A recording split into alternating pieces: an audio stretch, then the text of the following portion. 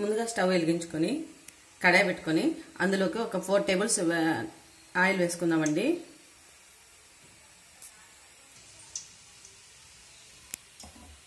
Oil కొద్దిగా heat ఎక్కిన తర్వాత సన్నగా తరిగిన ఒక ఆనియన్ వేసుకోండి. వేసుకొని 1 నిమిషం పాటు ఫ్రై చేసుకోండి ఆనియన్స్ని.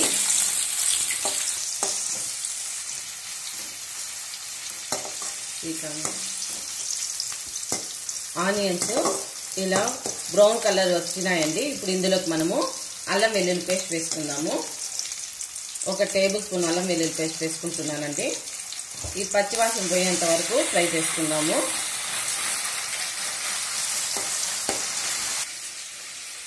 చూడండి, క్యాప్సికమ్ను ఇలా కట్ చేసి పెట్టుకున్నాను నేను.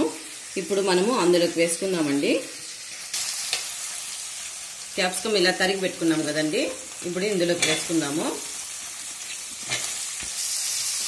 ఇలా వేసుకున్న తర్వాత ఈ క్యాప్సికమ్ కూడా 1 నిమిషం పాటు బాగా వేసుకుందామండి.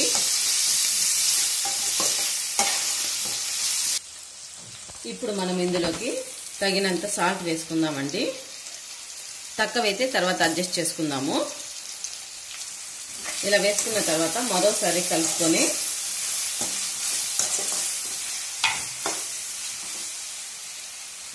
ఇప్పుడు మనం దీనికి మూత పెట్టి ఒక 2 నిమిషాల పాటు ఉడకనిద్దామండి.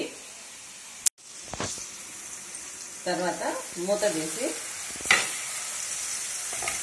ఒకసారి కలుపుకుందామండి. చూడండి, క్యాప్సికమ్ అంతా కూడా కొద్దిగా బాగా మెత్తగా అయిపోయింది. ఇప్పుడు ఇందులోకి మనము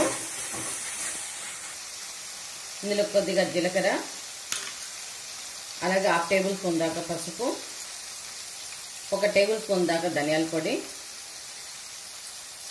1 టేబుల్ స్పూన్ దాకా కారం వేసుకొని కలుపుకుందామండి.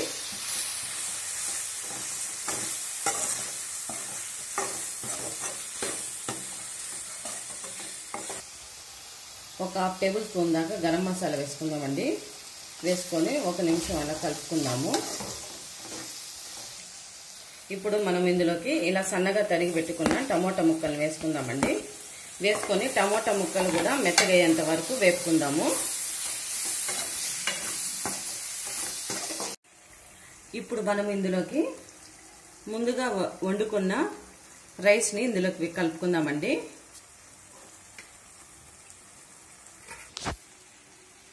ఇలా రైస్ వేసుకున్న తర్వాత ఒకసారి ఈ మసాలా మొత్తము రైస్కి పట్టే విధంగా కలుపుకుందామండి. ఇలా కొద్దిగా రైస్ వేసి కలుపుకుందామండి. మనకు ఈ మసాలాకి ఎంత పడుతుందో అంత రైస్ వేసుకొని కలుపుకుందాము. ఇలా కొద్దిగా రైస్ వేసి ఈ మసాలాకి ఎంత పడుతుందో అంతగా కలుపుకుంటున్నానండి నేను.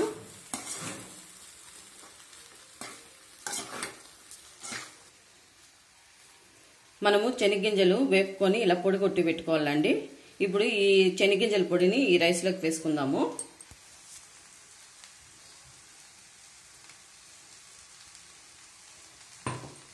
ఇలా వేసుకున్న తర్వాత మరోసారి రైస్కి అంతా ఈ పొడి కూడా పట్టే విధంగా కలుపుకుందామండి.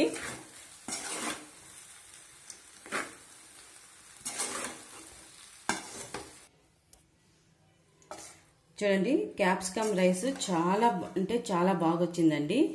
ఇంకా మనం సర్వ్ చేసుకొని తినడమే తప్ప మీరు కూడా ఒకసారి ట్రై చేసి ఎలా వచ్చిందో క్యాప్సికమ్ రైస్ కామెంట్ రూపంలో తెలియజేయండి. Please like, share, subscribe.